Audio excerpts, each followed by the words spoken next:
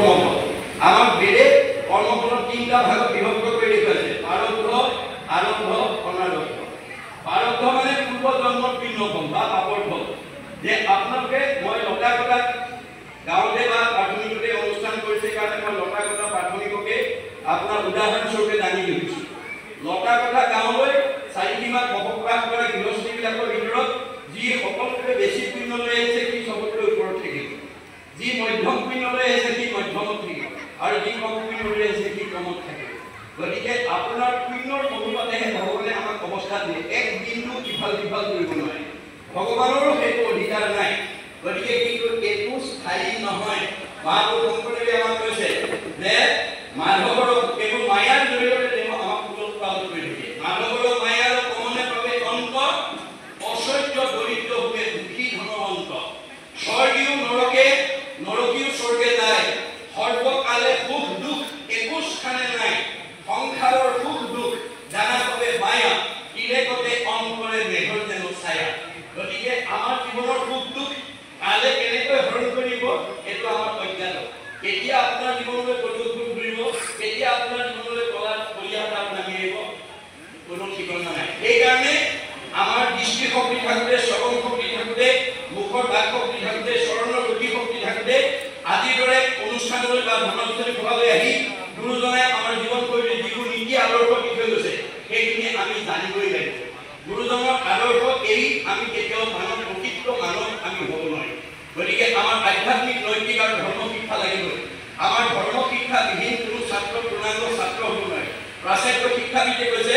for all round development of student religious education is essential এজন ছাত্ৰ পূৰ্ণাংগ ছাত্ৰ হিচাপে গঢ়িবলৈ মানৱ সম্পদ হিচাপে গঢ়ি তুলিবলৈ হ'লে পুথিগত ডিগ্ৰীৰ লগত ধৰ্মীয় আধ্যাত্মিক শিক্ষা সংযোগ কৰিব লাগিব ৰচুই কৈছে the religious education should be included in the curriculum because it is the religion that the fact of youth can be set on the road to the absolute values good beauty and goodness সত্য শিৱ সুন্দৰ আৰাধনা কৰিবলৈ পুথিগত জ্ঞানৰ লগত আমি ধৰ্মীয় শিক্ষা যোগ দিবই লাগিব সেইকাৰণে আপোনালোক প্ৰত্যেকখন প্ৰাথমিকে এনেধৰণৰ অনুষ্ঠান পাতিবৰ কাৰণে আগবাঢ়ি আহিব লাগিব তেতিয়া আমাৰ জীৱনৰ সাৰ্থকতা হ'ব অৰ্থ উপাৰ্জনৰ সাৰ্থকতা হ'ব শুনা ধনঞ্জয় ধন নহ'লে কাৰ্য নিহিত সেই ধনঞ্জয় অৰ্জুনক বেছ কৰি লৈছে আমাক কৈ আছে তোমালোকক মই ধনটো দিছোঁ সৎ কাম কৰিবৰ কাৰণে জীৱনৰ নিৰাপত্তাৰ কাৰণে মই দিয়া ধনটো যদি প্ৰয়োগ কৰিব নাজানা তেতিয়া ধনেই তোমাৰ মৃত্যুৰ কাৰণ হৈ পৰিব আজি আমাৰ সমাজত বহুত মানুহ ধনৰ ব্যৱহাৰ কৰিব নাজানি উগ্ৰপন্থী বলি হ'ব লগা আছে গতিকে আমি কেনেকৈ ধন উপাৰ্জন কৰিব লাগে তাক কেনেকৈ ব্যৱহাৰ কৰিব লাগে মহাপুৰুষ গুৰুজনাই আমাৰ গুৰুৰূপে আহি আমাক কৈ থৈ গৈছে অৰ্থ আদি বাৰক কিঞ্চিত একো নাহি ফল যদি নভজয় হৰি চৰণ কমল আমি এই দুখন হাতে ধন উপাৰ্জন কৰি যদি আজিৰ দৰে সৎ কামত ব্যৱহাৰ কৰিব নোৱাৰোঁ সেই ধনৰ মূল্য নাই কিয় দুখ কৰি ধন ধান আৰ্জাদুটো মানে কৃষ্ণে এৰে যদি তাকো খাইবে আনে আপুনি বহুত ব্যৱসায় বাণিজ্য কৰি চাকৰি কৰি বহুত ধন সংগ্ৰহ কৰি বেংকত ফিক্সড ডিপজিট কৰি থ'ব পাৰিব কিন্তু যিদিনাখন আপোনাৰ বা মোৰ দেশৰ পৰা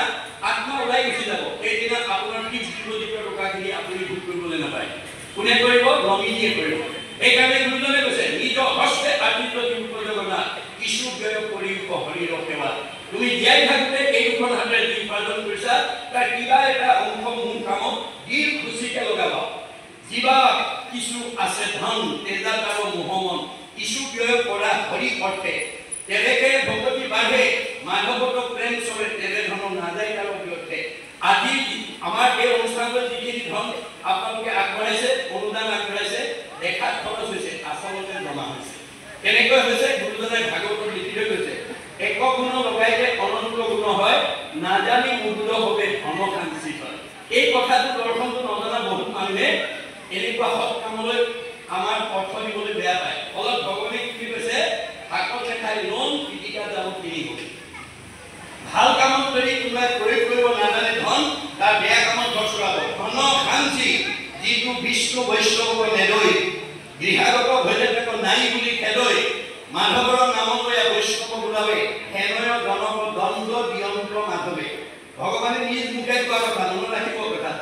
যে মই দিয়া ধন থাকি যদি মোৰ কামত বিচাৰিবলৈ কোনোবাই দিব নোখোজে কি বৈষ্ণৱেই হওক বা অবৈষ্ণৱেই হওক তাক মই দ্বন্দ্ব দিমেই শাস্তি দিমেই কেনেকৈ দিম নহি চুৰে নেই নহি অগ্নিয়ে নহয় নহি দণ্ড বন্ধ বিয়া দাদাই লয় ইফালে চোৰ ডকাইত উগ্ৰপন্থীৰ দ্বাৰা লৈ